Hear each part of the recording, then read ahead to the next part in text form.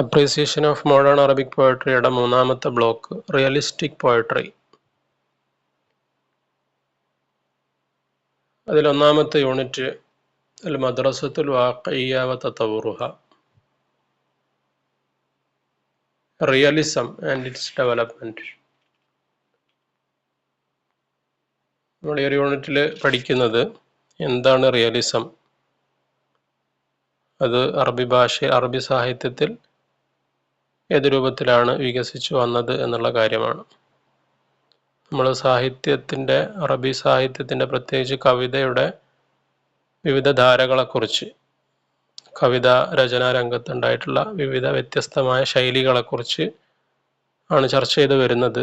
ഒന്നാമത്തെ ബ്ലോക്കിൽ ക്ലാസിസത്തെക്കുറിച്ചും ക്ലാസിക്കൽ പോയട്രികളിലെ ചില മോഡലുകൾ നമ്മൾ പരിചയപ്പെട്ടു. രണ്ടാമത്തെ ബ്ലോക്കിൽ റൊമാൻറ്റിസിസം, അതുപോലെ റൊമാൻറ്റിക് പോയട്രികളായിട്ടുള്ള കുറച്ച് കവിതാശകലങ്ങളും നമ്മൾ പരിചയപ്പെട്ടു. ഇവിടെ റിയലിസം എന്ന് പറയുന്ന ഒരു പ്രത്യേക സാഹിത്യ രചന രീതി, അല്ലെങ്കിൽ സാഹിത്യ രചനയുമായി ബന്ധപ്പെട്ട ഒരു പ്രസ്ഥാനമാണ് റിയലിസം. എന്താണെന്ന് നോക്കാം. വാഖിയ്യത്തു ഫിൽ അദബി, സാഹിത്യത്തെ സംബന്ധിച്ച് ഈ റിയലിസം എന്ന് പറയുമ്പോൾ അത് ഹുവ തയ്യാറുൻ അദബിയുൻ, ഒരു സാഹിത്യ പ്രതിഭാസമാണ്. യഹ്ദുഫു ഇല തസ്വീരിൽ ഹയാത്തി, ഈ ഒരു സാഹിത്യ പ്രതിഭാസത്തിൻ്റെ ആളുകൾ അവർ ലക്ഷ്യം വെക്കുന്നത് ഇല തസ്വീരിൽ ഹയാത്തി, ജീവിതത്തെ ചിത്രീകരിക്കാനാണ്.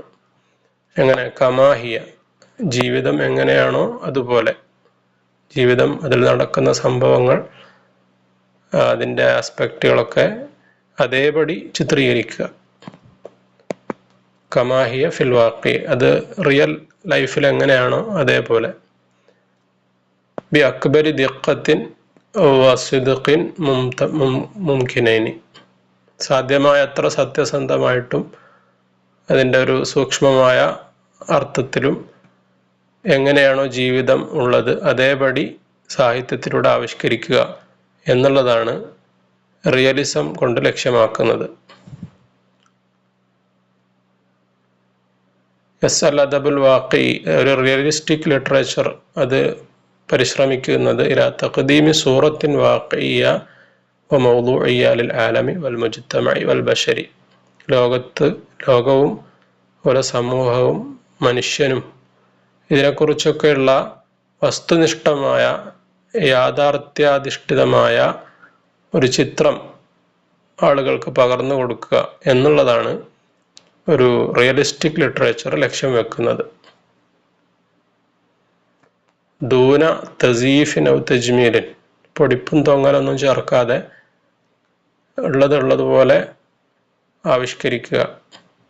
വദാലിക ബി മുറാഖബത്തിൻ വ തസ്ജീൽ തഫാസീൽ, മുറാഖബത്തി വ തസ്ജീൽ തഫാസീൽ വൽ അഹ്ദാഥി ബിശക്ലിൻ ദഖീഖിൻ, ലോകത്ത് നടക്കുന്ന സംഭവങ്ങൾ, അതുമായി ബന്ധപ്പെട്ട വിശദാംശങ്ങളൊക്കെ കൃത്യമായി നിരീക്ഷിച്ച് അത് സാഹിത്യ രൂപത്തിൽ ആവിഷ്കരിക്കുക അതേപടി.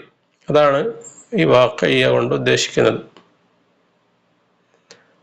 തഅസ്സസ തയ്യാറുൽ അദബി കറദ്ദി ഫീലിൻ അല റൊമാൻസിയ, ഈ ഒരു സാഹിത്യ പ്രതിഭാസം ഉണ്ടായത് അത് നേരത്തെ നമ്മൾ പറഞ്ഞ റൊമാൻറ്റിസിസത്തിന് എതിരായിട്ടുള്ള ഒരു പ്രതിപ്രവർത്തനം എന്ന നിലയിലാണ്.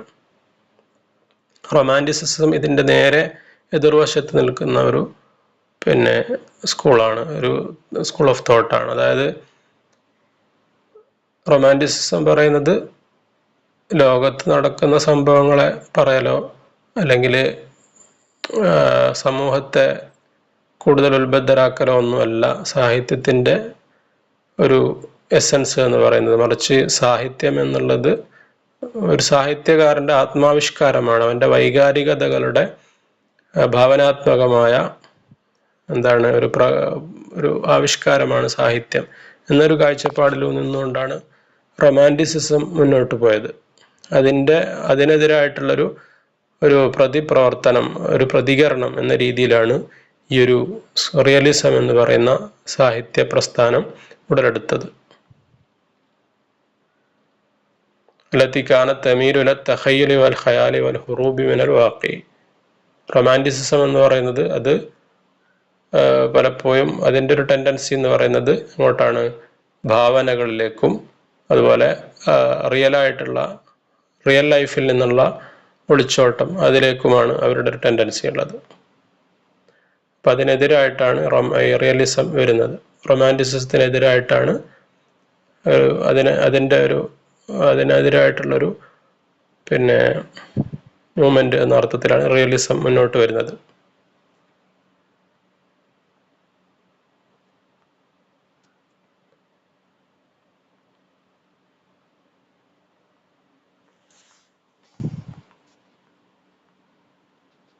നമ്മൾ പറയുന്നത് മദ്രസത്തുൽ വാഖിയ്യ ഫിൽ അദബിൽ അറബി, അറബി സാഹിത്യത്തിലെ റിയലിസ്റ്റിക് മൂവ്മെന്റ്.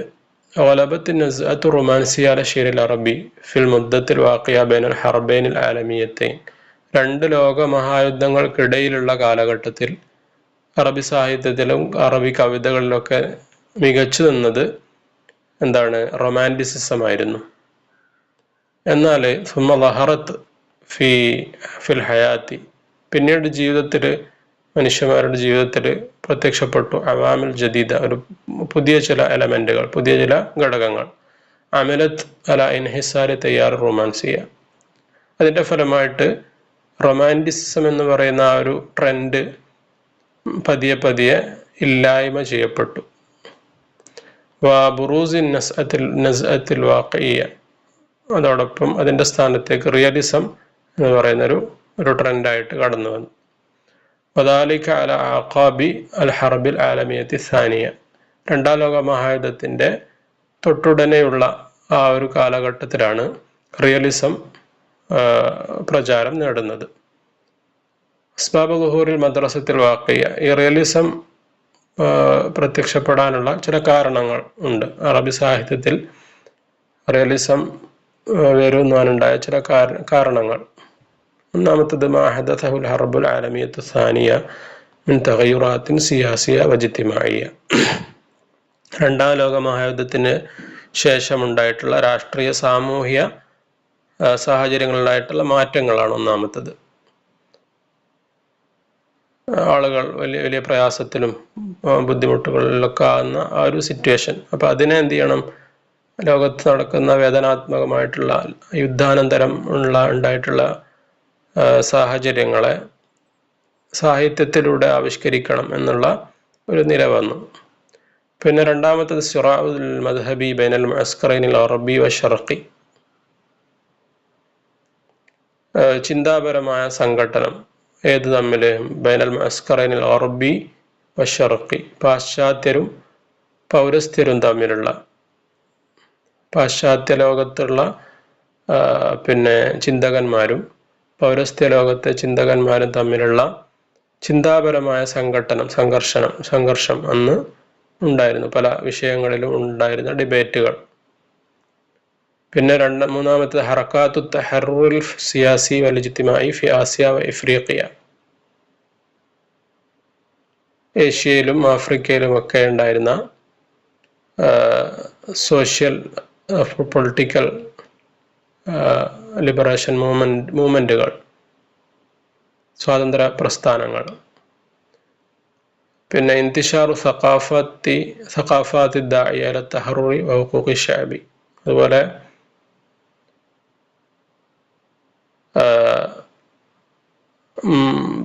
ജനകീയ അവകാശങ്ങൾ, മനുഷ്യാവകാശങ്ങളെക്കുറിച്ചും അതുപോലെ സ്വാതന്ത്ര്യത്തെക്കുറിച്ചൊക്കെ ഉള്ള വലിയ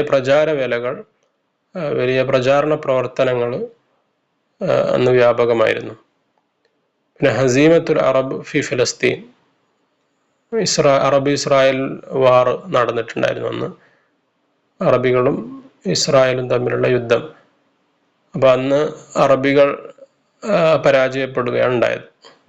അതും ആ ഒരു പശ്ചാത്തലവും റിയലിസം സാഹിത്യരംഗത്ത് പ്രചാരം നേടാൻ കാരണമായിട്ടുണ്ട്. നക്ബത്തു ഷഅബിൽ ഫലസ്തീനി, നക്ബ എന്ന പേരിൽ അറിയപ്പെടുന്ന ആ ഒരു യുദ്ധം. അതുപോലെ തഅ്സീറു ദാലിക അല ശുഊബിൽ അറബിയ, ഇത് അറബ് ജനതയ്ക്കുമേൽ ഉണ്ടാക്കിയിട്ടുള്ള ആ ഒരു ഇൻഫ്ലുവൻസ്, ഇതൊക്കെ റിയലിസത്തിന് പ്രചാരം നേടാൻ കാരണമായിട്ടുണ്ട്. പിന്നെ അടുത്തതായിട്ട് നമ്മൾ പറയുന്ന തജ്ദീദുല്ലദീ ദഅത് ഇലൈഹിൽ മദ്റസത്തുൽ വാഖിയ്യ. ഈ റിയലിസം എന്ന് പറയുന്ന ഈ ഒരു മൂവ്മെന്റ് മുന്നോട്ട് വെച്ച പുതുമകൾ, നവോത്ഥാനങ്ങൾ എന്തൊക്കെയാണെന്നാണ് പറയുന്നത് സാഹിത്യരംഗത്ത്. ഒന്നാമതായിട്ട് മിൻ നാഹിയത്തിൽ മദ്മൂനി, സാഹിത്യത്തിന്റെ ഉള്ളടക്കം പരിഗണിക്കുമ്പോൾ ശുഅറാഉ ഹാദിഹിൽ മദ്റസ യഅ്തബിറൂൻ, ഈ ഒരു ചിന്താധാരയിൽപ്പെട്ട സാഹിത്യകാരന്മാർ അവർ പരിഗണിക്കുന്നത് അന്ന ഷിയറ തഅബീറുൻ അൻ മുആനാത്തിൻ ഹഖീഖിയ്യ ലിൽ വാഖി, കവിത എന്നുള്ളത് അത് യാഥാർത്ഥ്യ ലോകത്തിൻ്റെ കൃത്യമായ യാഥാർത്ഥ്യ ലോകം അനുഭവിക്കുന്ന പ്രയാസങ്ങളുടെ ഒരു തഅബീർ, ഒരു എക്സ്പ്രഷൻ ആയിരിക്കണം കവിത എന്നാണ് അവർ പറയുന്നത്. അതുപോലെ വർത്തിബാത്തിൻ വസീഖിൻ ബിഹി, അതുമായിട്ട് ജീവിത യാഥാർത്ഥ്യങ്ങളുമായിട്ട് കവിതക്ക് അഭേദ്യമായ ബന്ധമുണ്ടാവണം. പിന്നെ അവർ പറയുന്നത് മൗളൂആത്തു ഷീരി ഹിയ നഫ്സുഹ മൗളൂആത്തുൽ ഹയാത്തി, കവിതയുടെ വിഷയങ്ങളാവേണ്ടത് ജീവിതത്തിലുള്ള പ്രശ്നങ്ങളാണ്. മനുഷ്യൻ അവരുടെ ജീവിതത്തിൽ അനുഭവിക്കുന്ന പ്രശ്നങ്ങളാണ് കവിതയുടെ പ്രമേയങ്ങളായിട്ട് വരേണ്ടത്. പിന്നെ ലിശ്ശിയരി വളീഫത്താനി ഇൻസാനിയത്താനി വജിത്തിമായത്താനി, കവിതക്ക് സാമൂഹ്യപരവും മാനവികമായ 2 ദൗത്യങ്ങളുണ്ട്.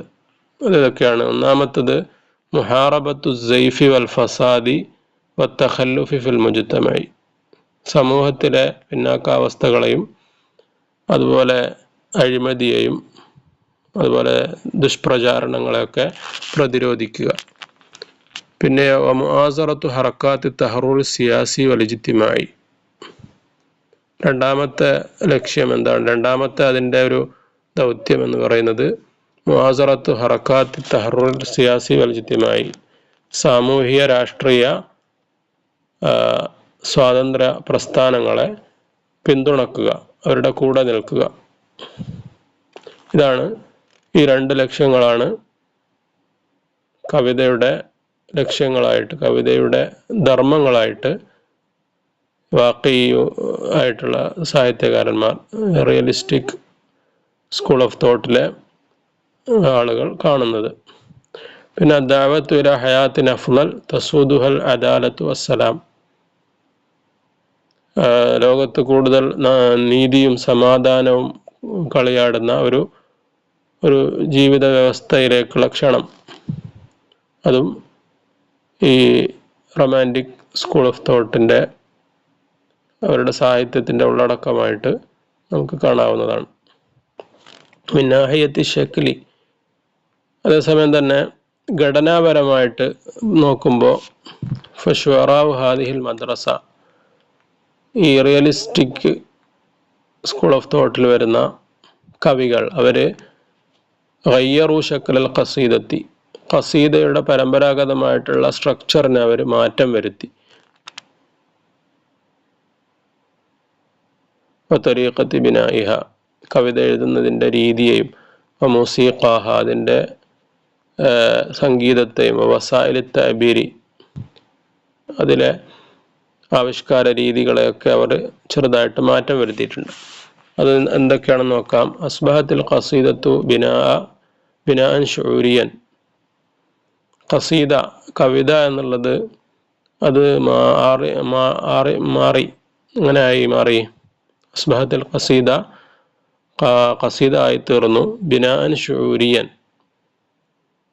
ഒരു കവിയുടെ അനുഭവങ്ങളെ അടിസ്ഥാനപ്പെടുത്തിക്കൊണ്ടുള്ള ഒരു സാഹിത്യ രൂപമായിട്ട് മാറി. യബ്ദഉ മിൻ ലഹളത്തിൻ മുഅയ്യന, ഒരു കവിയുടെ ഏതെങ്കിലും ജീവിതാനുഭവങ്ങളിൽ നിന്ന് തുടങ്ങി, അതിൽ നിന്ന് പറഞ്ഞു തുടങ്ങി, സുമ്മ യഖുദു ഫിൻ നുമുവി വത്തതവ്വുരി, അതങ്ങനെ പറഞ്ഞ കാര്യം എങ്ങനെ അതിൻ്റെ വിശദാംശങ്ങൾ പറഞ്ഞ് ഹത്താ യക്തമില ബിനിഹായത്തിൻ തിൽ ഖസീദ, അങ്ങനെ ഖസീദയെ അതിൻ്റെ ഒരു പര്യവസാനത്തിലേക്ക് എത്തിക്കുന്ന ഒരു ശൈലിയാണ്. അനുഭവങ്ങളോട്, കവിത രചിക്കുന്ന ആളുടെ അനുഭവങ്ങളോട് ചേർന്ന് വന്നുകൊണ്ടുള്ള ആ അനുഭവങ്ങളുടെ വികാസവും വളർച്ചയും അനുസരിച്ച് കവിതയിലും അതിൻ്റെ ആ ഒരു ഫ്ലോ നമുക്ക് കാണാൻ പറ്റും. രണ്ടാമത് തഖ്സീമുൽ ഖസീദ ഇലാ മഖാത്തി, ഒരു ഖസീദയെ തന്നെ വിവിധ സ്റ്റാൻസകളാക്കി ഡിവൈഡ് ചെയ്യാറുണ്ട്.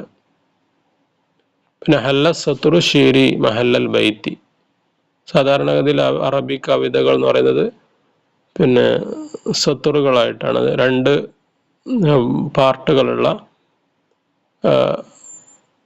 വരികളായിട്ടാണ് ക്രമീകരിക്കാറുള്ളതെങ്കിൽ ഇവിടെ നമുക്ക് ബൈത്ത് എന്ന് പറയുമ്പോൾ 2 ശത്രുക്കൾ ഉണ്ടാവും.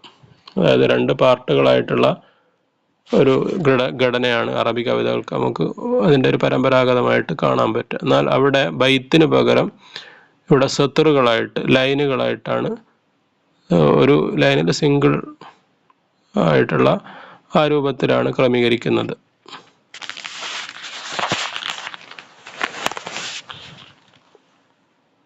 ഹല്ല സത്തുറു ഷീരി മഹല്ലൽ ബൈത്തി, സത്തുറുകൾ സ്ഥാനം പിടിച്ചു. ഇതിൻ്റെ സ്ഥാനത്ത് ബൈത്തുകൾക്ക് പകരം, ബൈത്തുകൾ എന്ന് പറയുമ്പോൾ എന്താണ്, 2 പാർട്ടുകളായി, 2 ശത്രുക്കളായിട്ടുണ്ടായിരുന്ന ലൈനുകളാണ്. അത് ഒരു സിംഗിൾ ലൈൻ എന്ന രൂപത്തിലേക്ക് മാറി. സത്തുറു യത്തുറു യഖ്സുറു ഹസ്ബ ദുഫ്ഖത്തി ശൂരിയ, ഈ ഓരോ ലൈനുകളും എന്ത് ചെയ്യും, അതിൻ്റെ ദൈർഘ്യം ഏറിയും കുറഞ്ഞും ഇരിക്കും. ഇതിനനുസരിച്ച് കവിയുടെ അതിൽ ഓരോ വരിയിലും കവി വിവരിക്കാൻ ഉദ്ദേശിക്കുന്ന അനുഭവങ്ങളുടെ ദൈർഘ്യത്തിനനുസരിച്ച്. പിന്നെ തനവ്വുഅത്തുൽ ഖവാഫി ബിഗൈരി നിളാമിൻ സാബിത്തിൻ ലിതൗസീഇഹ, ഖാഫിയകൾ. ഖാഫിയ എന്ന് പറഞ്ഞു കഴിഞ്ഞാൽ ഒരു കവിതയുടെ ഓരോ ലൈനിൻ്റെയും അവസാന ഭാഗങ്ങൾക്കാണ് ഖാഫിയ എന്ന് പറയാം. പൊതുവെ പരമ്പരാഗതമായ കവിതകളിൽ ഒരു കവിതയിലുള്ള എല്ലാ ഖാഫിയകളും കോമൺ ആയിരിക്കും, ഒരു കോമൺ ഖാഫിയയിലാണ് അവസാനിക്കുക. എന്നാൽ ഇവിടെ തനവ്വുഅത്തുൽ ഖവാഫി, ഖാഫിയകൾ ഒരു കവിതയിൽ തന്നെ വ്യത്യസ്തമായ ഖാഫിയകൾ ഉണ്ടായി. കുറേ ലൈനുകൾക്ക് ആദ്യത്തെ ഒരു 10 ലൈനിന് ഒരു ഖാഫിയ, പിന്നീട് അങ്ങോട്ടുള്ള 10 ലൈനിന് അടുത്ത ഖാഫിയ, അങ്ങനെ ഖാഫിയകൾ വ്യത്യസ്തമായിട്ട് ഉപയോഗിക്കാൻ തുടങ്ങി. ഖാഫിയ എന്ന് പറഞ്ഞാൽ ഞാൻ പറഞ്ഞു, ഒരു കവിതയുടെ എല്ലാ ലൈനുകളും അതിൻ്റെ അവസാന ഭാഗം ഒരു കോമണായ ശബ്ദത്തിൽ അവസാനിപ്പിക്കുക എന്നുള്ളതാണ് ഖാഫിയയുടെ ഒരു നിർവചനം. അപ്പം അതിൽ ഒരു കവിതയിൽ കുറേ ലൈനുകൾ ഒരു ഖാഫിയയിലും അടുത്ത കുറേ ലൈനുകൾ മറ്റൊരു ഖാഫിയയിലും അവസാനിപ്പിക്കുന്ന രീതി ഇവർ കൊണ്ടുവന്നു എന്നാണ്. പരമ്പരാഗത കവിതയിൽ ഒരു ഖസീദയിൽ, ഒരു കവിതയിലെ എല്ലാ ലൈനുകളുടെയും ഖാഫിയ കോമൺ ആയിരിക്കും. പിന്നെ എഴുത്തമദത്ത് അലൽ മൂസീഖ അദ്ദാഖിലിയ വല ജറസിൽ അൽഫാദ്, റിയലിസ്റ്റിക് പോയറ്റുകൾ അവർ പ്രാമുഖ്യം കൊടുത്തത് ഒരു കവിതയുടെ ആന്തരികമായ സംഗീതത്തിനാണ്. അതായത് ഘടനാപരമായിട്ട് വൃത്തവും പ്രാസവും എന്നൊക്കെയുള്ള ഒരു കവിതക്ക് അതിൻ്റെ ഒരു സംഗീതാത്മകത നൽകുന്ന കുറേ കാര്യങ്ങൾ, വൃത്തം പ്രാസം എന്നൊക്കെ പറയുന്ന, അതിന് പകരം ഇവർ വൃത്തം പ്രാസം എന്നതിൽ വലിയ പ്രാധാന്യം കൊടുക്കാതെ അതിൻ്റെ ആന്തരികമായ ഒരു സംഗീതത്തിനാണ്, അതിൻ്റെ ആശയപരമായ ഒരു താളാത്മകതക്കാണ് അവർ പ്രാധാന്യം കൊടുത്തത്. വല ജറസിൽ അൽഫാദ്, അതുപോലെ ഒരു കവിതയിൽ ഉപയോഗിക്കുന്ന വാക്കുകളുടെ ആ ഒരു ടോണ്, അതിനാണ് അവർ പ്രാധാന്യം കൊടുത്തത്.